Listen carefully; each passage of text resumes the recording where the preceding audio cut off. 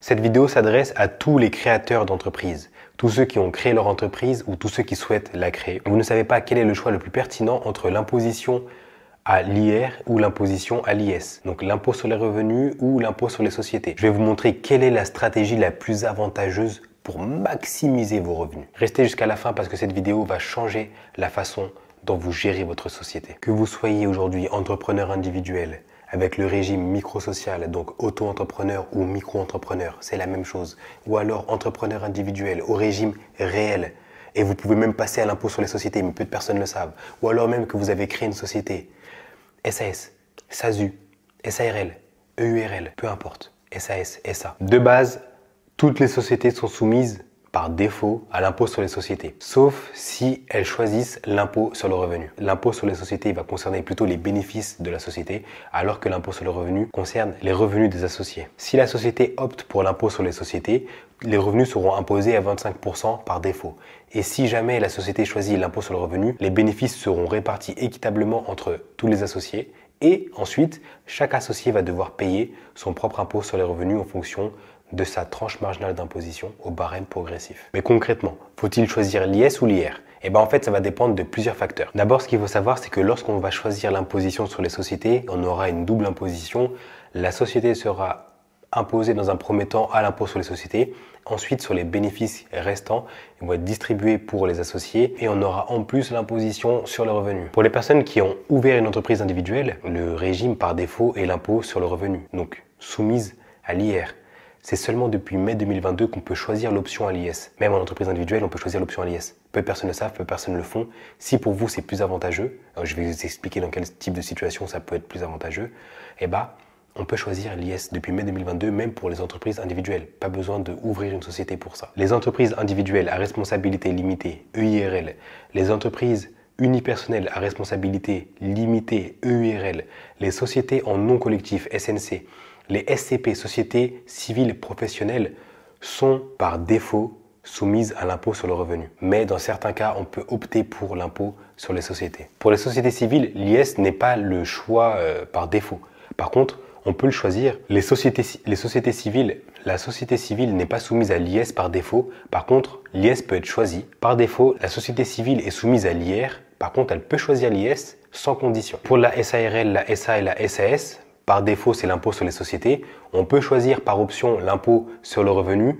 Par contre, en général, l'impôt sur le revenu est limité, enfin temporaire dans le temps, et donc on va revenir tôt ou tard à l'impôt sur les sociétés. Et la transition entre les deux impositions est souvent très coûteuse, donc souvent peu pratiquée. L'impôt à l'IR est souvent recommandé pour les personnes qui ont des revenus considérés comme étant faibles ou alors peut-être des objectifs de plus-value très intéressantes, mais avec des revenus faibles. Pourquoi?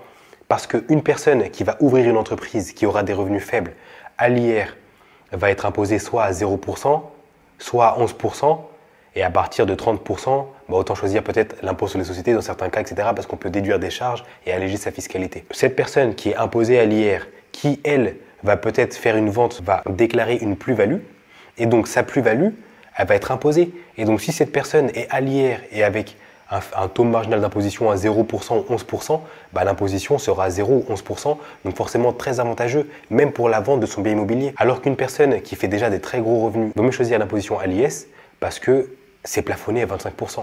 L'administration fiscale a prévu un taux spécifique pour les structures financières qui font du profit, l'imposition sur les sociétés. Autant le sélectionner, ce n'est pas pour rien. L'imposition à l'IR, les associés ou le créateur d'entreprise ou le dirigeant va payer ses impôts en fonction de ses propres tranches marginales d'imposition. L'option à l'IS est très choisie et même très recommandée pour les entreprises qui génèrent des bénéfices importants, mais qui réinvestissent aussi leurs bénéfices dans l'entreprise plutôt que de les redistribuer. Et en plus, à l'IS, l'entreprise dispose d'une taxation plus avantageuse en cas de grosse plus-value ou même de réinvestissement dans l'immobilier. Ça peut être très judicieux d'ouvrir une société à l'IS et une autre à l'IR, faire une holding pour maximiser encore plus le rendement, maximiser les impôts. Donc si c'est quelque chose qui t'intéresse, j'ai fait une vidéo spécialement sur la holding, tous les avantages que ça a. Je t'invite à la visionner. Les avantages de l'IR pour les entreprises, si c'est une SCI ou une SAS, on n'aura pas de double imposition, on sera seulement imposé sur les revenus et c'est tout, basta. Donc c'est très intéressant peut-être si on débute. si on a des revenus faibles, on aura beaucoup moins de formalités administratives par rapport à l'IS. Donc si toi, tu veux te lancer et que tu n'as pas peut-être les moyens de te payer un comptable, de faire des bilans, tu vas avoir le moins de démarches administratives à faire, et ben moi je te conseille vivement de créer une entreprise à l'IR. Et d'où le statut aussi micro-entrepreneur ou auto-entrepreneur, parce que c'est un statut où tu dois juste déclarer tes revenus, payer tes cotisations sociales, et si jamais payer tes impôts et c'est tout. Et tu n'as rien d'autre à faire. On va être soumis à un taux marginal d'imposition plus faible pour les petits bénéfices à l'IR, si jamais c'est le cas.